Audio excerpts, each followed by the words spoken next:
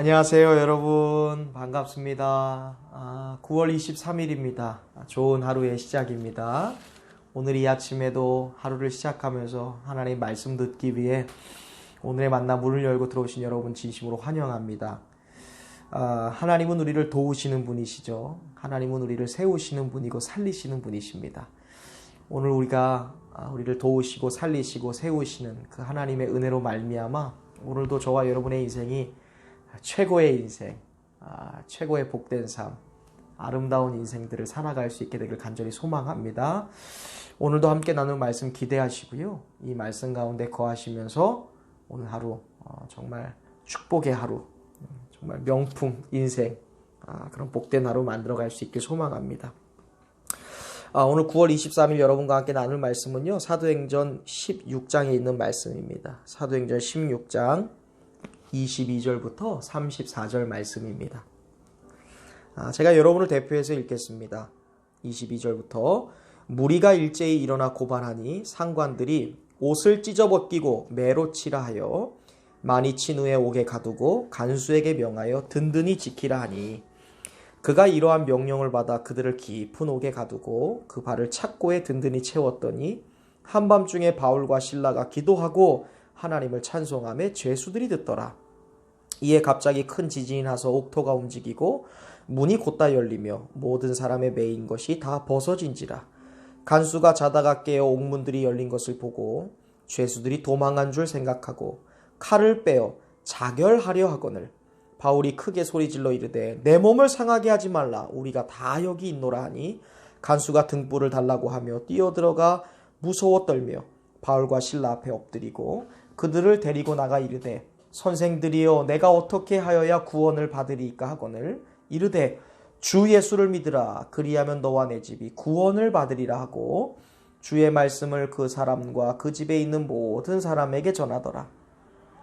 그 밤 그 시각에 간수가 그들을 데려다가 그 맞은 자리를 씻어주고 자기와 그 온 가족이 다 세례를 받은 후 그들을 데리고 자기 집에 올라가서 음식을 차려주고 그와 온 집안이 하나님을 믿음으로 크게 기뻐하니라. 아멘.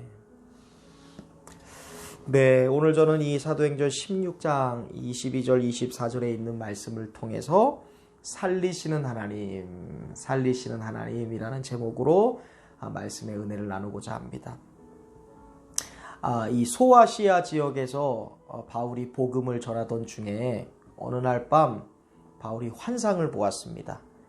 그 환상에 마게도냐 사람 하나가 나와서 바울에게 우리 이 마게도냐로 넘어와서 우리를 좀 도와달라 이렇게 이야기하는 것입니다. 그 환상을 보았던 바울이요 마게도냐에 있는 사람들에게 복음을 전하기 위해서 신라와 함께 드로아라는 곳에서 배를 타고 에게해를 건너서 마게도냐의 항구 도시인 이 네아폴리라는 곳에 도착을 합니다. 그리고 바울과 실라가 네아폴리에 내려서 도보로 마게도냐의 첫 성읍이라 할 수 있는 빌립보라는 곳까지 이동하지요. 그리고 빌립보에서 바울과 실라가 수일 동안 거하면서 사람들에게 복음을 전하고 또 세례를 베풀었습니다. 그러던 어느 날 바울과 실라가 기도하기 위해서 이동하던 도중에 길거리에서 점을 치면서 주인에게 돈을 벌어주던 귀신 들린 여종 하나를 고쳐줍니다. 귀신 들려서 고생하던 여종에게서 귀신을 쫓아준 것이죠. 그런데 이것에 이 주인이 불만을 품습니다. 아니 귀신 들린 건 둘째치고 귀신 들린 거로 점을 쳐서 저 여종 때문에 내가 돈을 벌고 있었는데 왜 귀신을 내쫓아서 돈벌이를 못하게 하냐. 이것에 불만을 품은 주인이 빌립보의 관리들에게 바울과 실라를 고발합니다. 보복한 거죠. 참 어이가 없어요. 병을 고쳐주고 귀신에게서 고쳐주고 귀신을 쫓아주는데 감사하지는 못할 망정 돈벌이 못하게 됐다고 보복성 고발을 하는 것입니다. 당시 빌립보는요, 이 로마의 식민지였습니다. 그래서 빌립보 사람들은 식민지 사람들이니까 당연히 해야 될 것이 로마 황제의 숭배입니다. 그런데 이 주인이 어떤 죄목으로 바울과 실라를 고발했는고 하니 황제 숭배를 해야 되는 빌립보에서 황배 숭배하지 말고 오직 하나님만을 섬겨야 된다. 하나님만을 숭배해야 됩니다. 라고 이야기했다라는, 그것을 설교했다라는 것을 근거로 이 두 사람이 로마법에 대하여 정면으로 위반한 사람들입니다. 로마법을 어겼습니다. 이렇게 보복성 고발을 한 겁니다. 결국 바울과 실라가 고발을 당해서 재판 장소에 끌려가게 됩니다.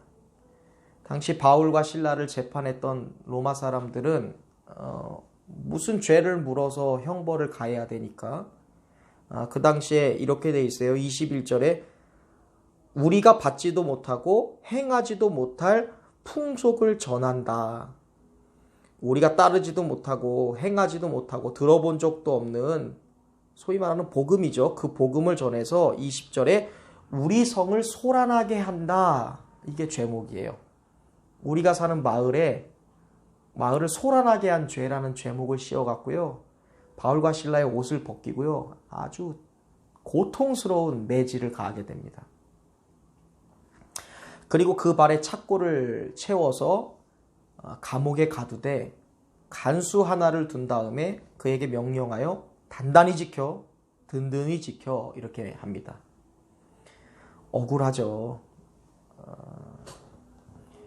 귀신 들린 사람 고쳐준 건데, 고통당하던 사람 고쳐준 건데 그게 무슨 얼마나 잘못이라고요.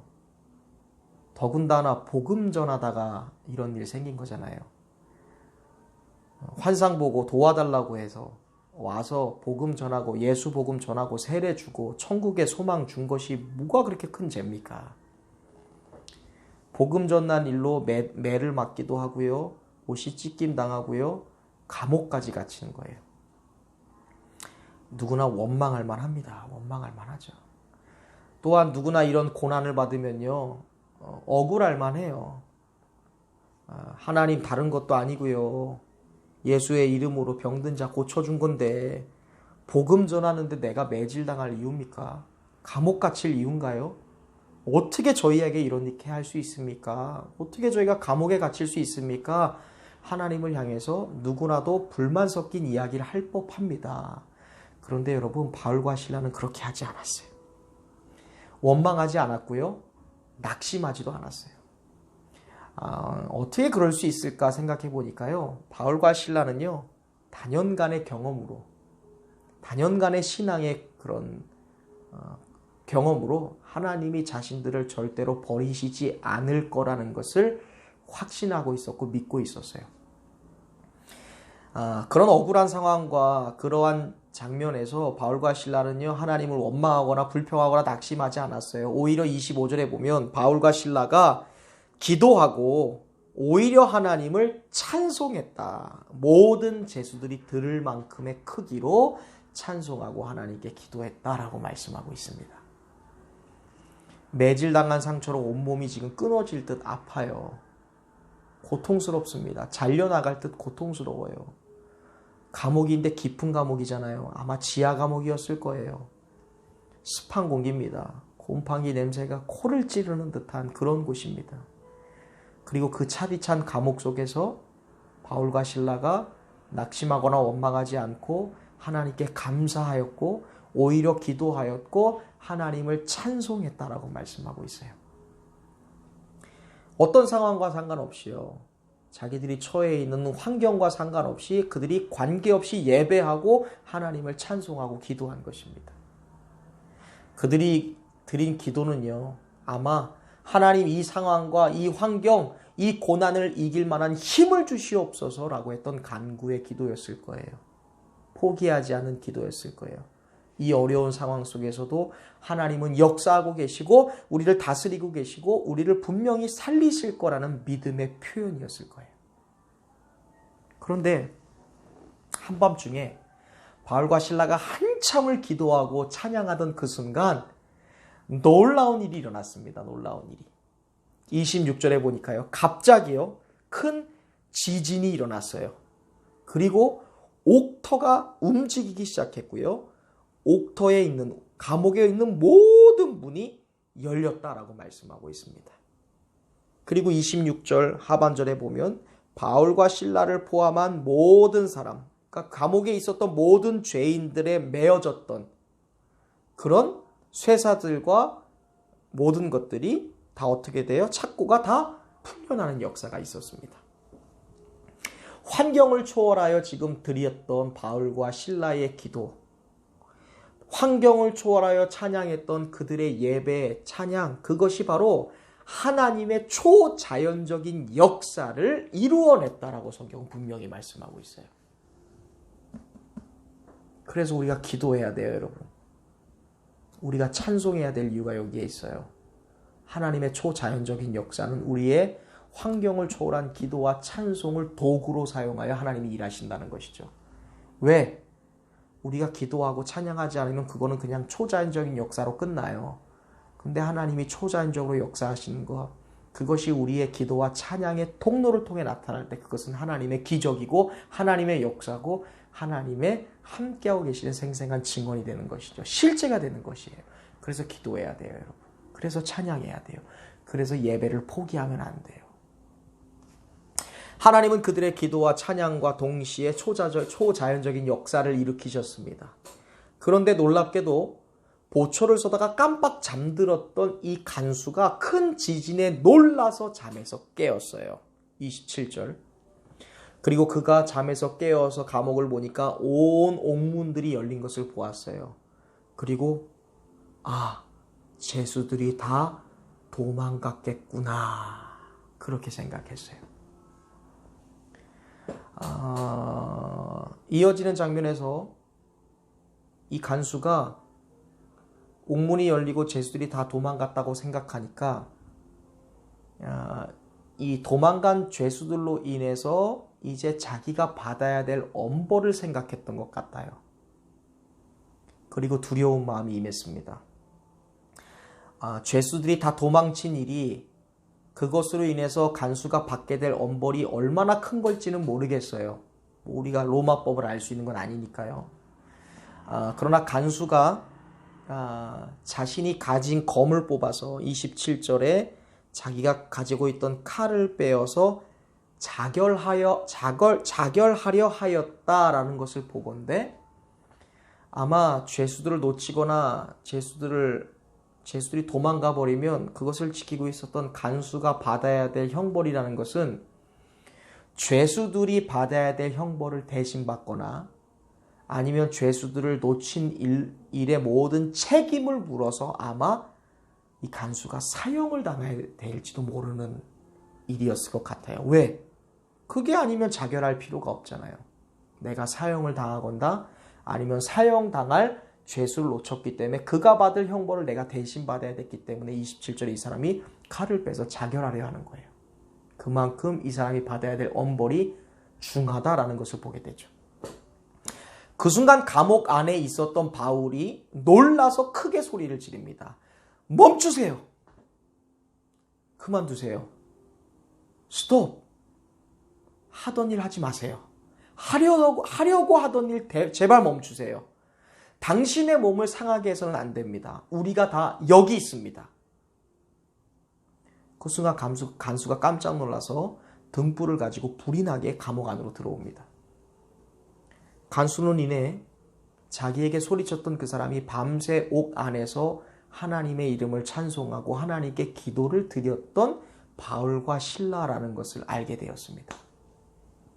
그리고 큰 지진과 더불어 옥문이 열리고 모든 죄수들의 발목에서 착고가 풀어졌던, 쇠사들이 풀어졌던 그 모든 일들은, 그 기적이 바울과 실라의 기도와 찬송에 대한 하나님의 응답이었다라는 것을 분명히 눈치를 챘어요. 깨달았어요.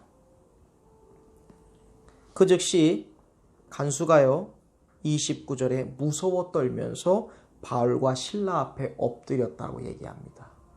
이 초자연적인 역사, 내가 수십 년 수년 동안 간수했지만 한 번도 일어나지 않았던 이 역사는 당신의 기도와 찬양을 받으신 하나님의 역사인 것을 깨달은 것이죠. 그리고 간수가 감옥에서 바울과 실라를 데리고 나와서 그들에게 이야기합니다.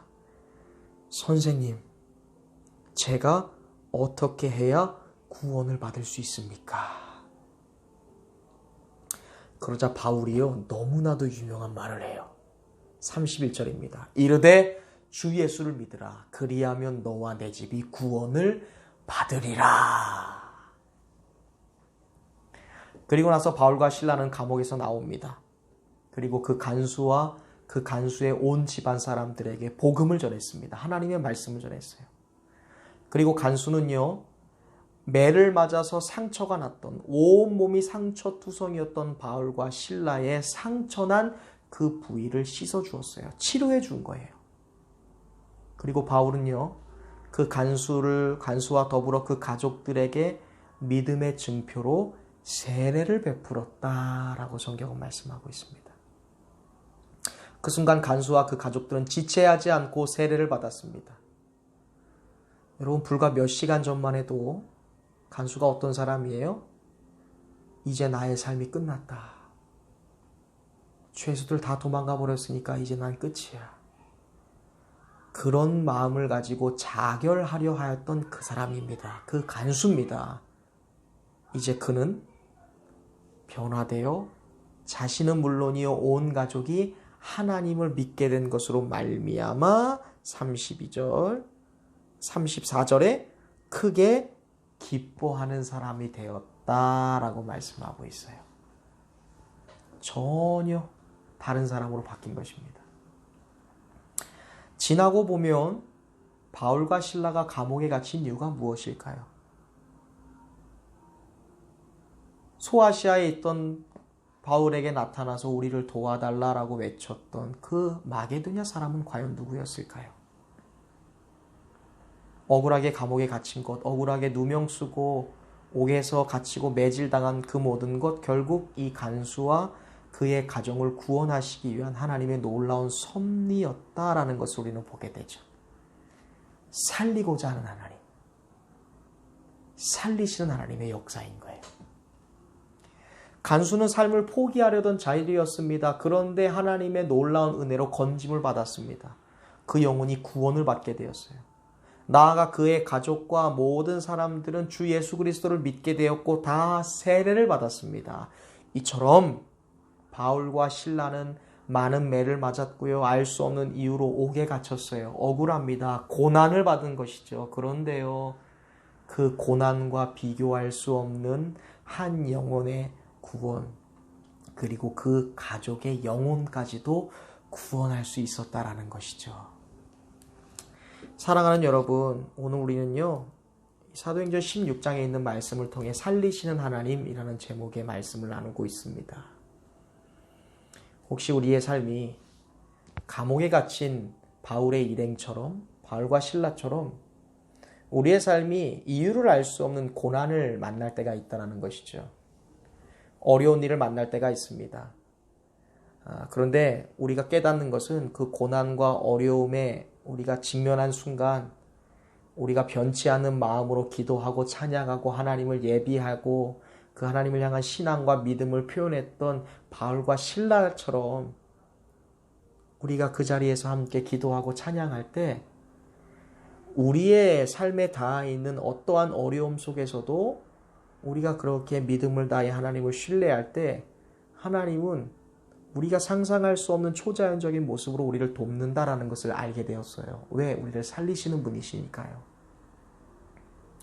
또한 그들이 감옥에서 불렀던 찬양과 기도가요, 굳게 닫힌 옥문을 열었잖아요. 그리고 빌립보 지역에 있었던 간수와 그의 가족들을 구원해내는 도구가 된 것처럼 오늘 우리가 삶에서 드리는 기도와 찬양, 왜 포기하지 않아야 됩니까? 왜 예배를 포기하면 안 됩니까?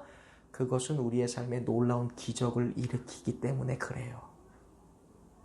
하나님은 살리시는 분이기 때문에, 하나님은 세우시는 분이기 때문에, 하나님은 오늘도 살리는 역사를 지속하시는 분이기 때문에 우리가 기도와 찬양, 우리가 말씀을 포기할 수 없는 것이죠. 어떤 고난 속에서도 우리가 찬양을 포기하지 말아야 될 이유, 살리시는 하나님의 역사를 우리가 경험하기 위해서라는 것이죠. 오늘 하루도 우리에게 주어졌습니다. 어떤 상황 속에서도, 모든 상황 속에서도 우리의 삶의 유일한 소망이 되시고 우리의 삶의 유일한 구원이 되시는 그 하나님, 죽이고 넘어뜨리는 분이 아니라 살리고 세우시고 다시 일으키시는 그 하나님을 오늘 저와 여러분 마음속에 모시고 살 수 있기를 바랍니다. 그때요, 바울도 살고 실라도 살고 간수도 살고 그 가족들 산 것처럼 여러분과 저도 살고요.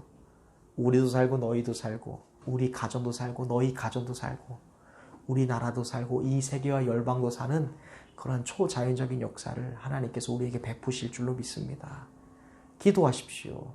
찬양하십시오. 모든 순간에도 예배하는 예배자의 마음으로 사시길 바랍니다. 그때 우리가 살리시는 하나님을 실제 우리의 눈으로 목도하게 될 줄로 믿습니다. 오늘도 살리시는 하나님의 역사가 여러분 삶에서 넘쳐나기를 간절히 소망합니다. 어떠한 순간에도 살리시는 하나님을 바라보고 기도와 찬양과 예배를 포기하지 않는, 그리하여 하나님의 초자연적인 기적의 역사의 도구로 쓰임받는 이 시대의 바울과 실라가 되시기를 주님의 이름으로 축원합니다. 오늘도 여러분 승리하시고요. 힘내시고요. 어떤 순간에도 포기하거나 낙심하지 마십시오. 기도하고 예배하고 찬양하십시오. 여러분의 삶을 응원합니다. 지지합니다. 승리하세요. 여호와 샬롬.